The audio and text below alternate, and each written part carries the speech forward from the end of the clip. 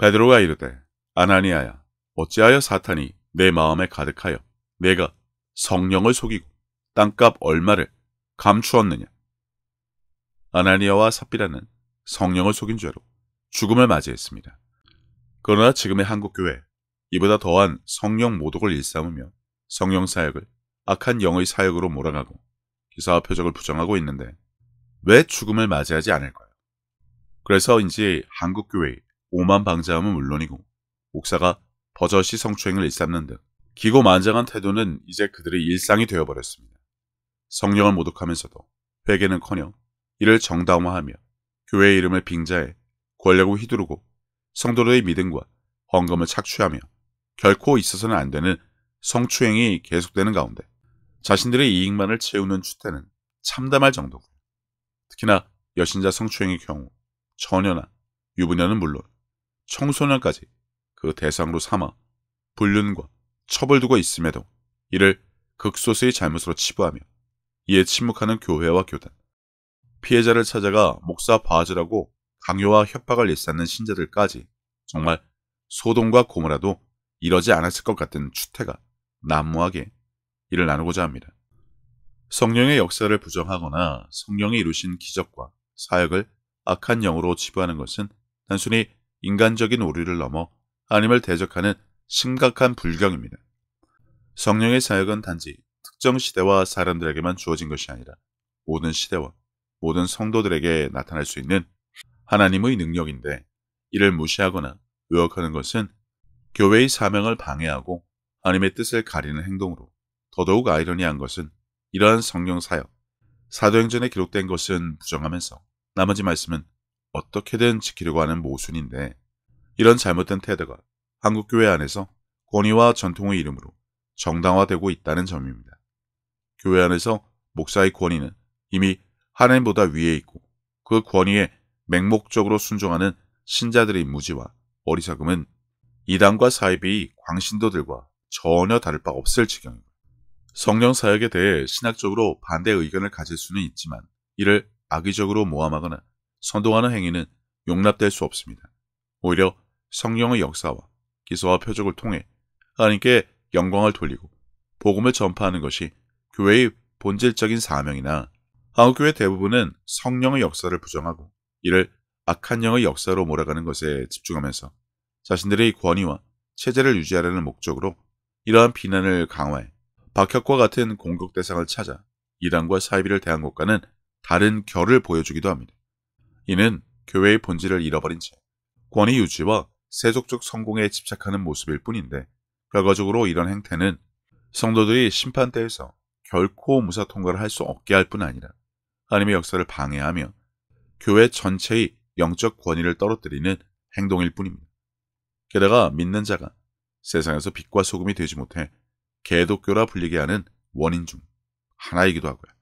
앞서 아나니아와 삽비라의 이야기에서 그들은 성령을 속인 죄로 즉시 죽임을 당했습니다.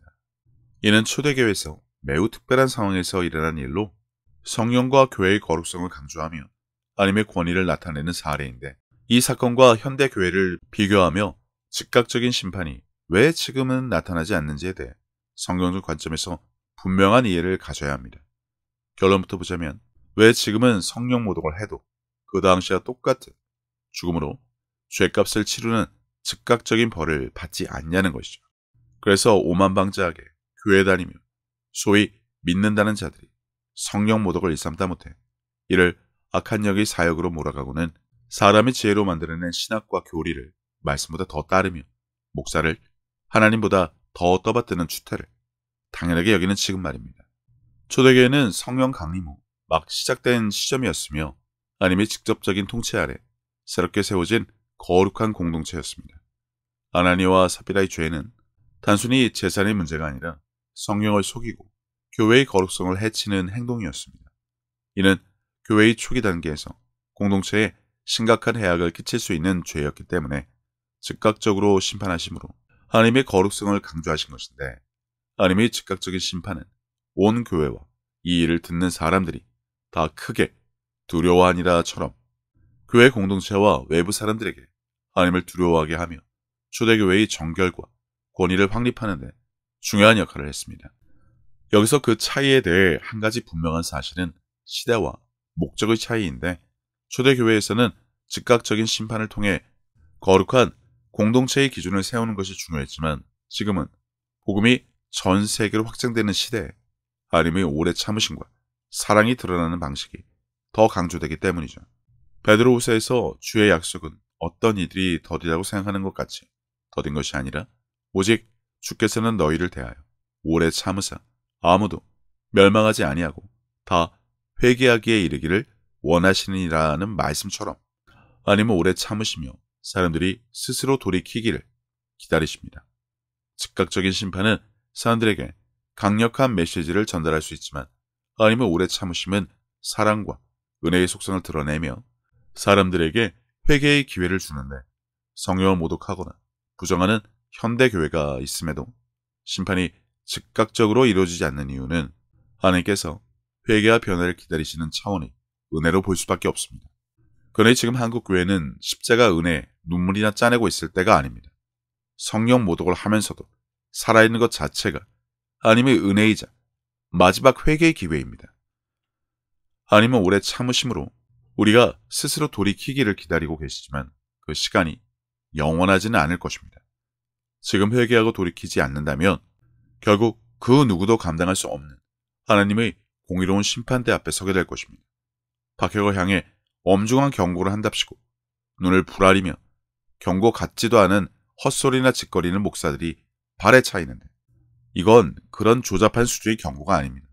이는 단순한 경고가 아니라 반드시 심각하게 받아들여야 할 현실입니다.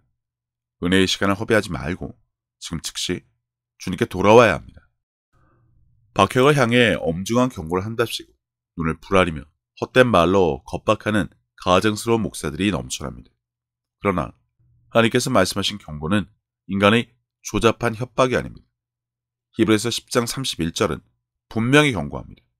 살아계신 하나님의 손에 빠져 들어가는 것이 무서울진저처럼 지금 회개하지 않는 자는 하나님의 두려운 진노와 심판을 피할 수 없습니다. 은혜를 값싸게 여기며 회개의 시간을 방치하는 자들은 마지막 날 아무 변명도 아무도 도와줄 리도 없이 심판의 칼날 앞에 1대1로 서게 될 것입니다. 당신들을 그렇게 만든 목사들 탓을 하며 그들을 끌고 오려고 아무리 둘러봐도 그들의 흔적조차 찾지 못할 것입니다. 아무리 한국인 종특상 사고를 치면 무조건 발뺌부터 하고 남 탓이나 하고 살았다 하더라도 그날에는 아무 소용이 없습니다. 무슨 짓을 해도 당신의 말씀 앞에 1대1로 서야 할 것이니까요. 목사의 감성팔이 현실감 없는 설교 따위가 아니라 말입니다. 더 이상 미루지 마십시오. 지금 돌이키지 않는다면 하나님 앞에서 받을 형벌은 감히 상상조차 할 수 없을 만큼 끔찍할 것입니다. 성경 여기저기에 기록된 것처럼 내가 행한 대로 갚아주리라 하신 하나님의 공의가 반드시 임할 것이니까요.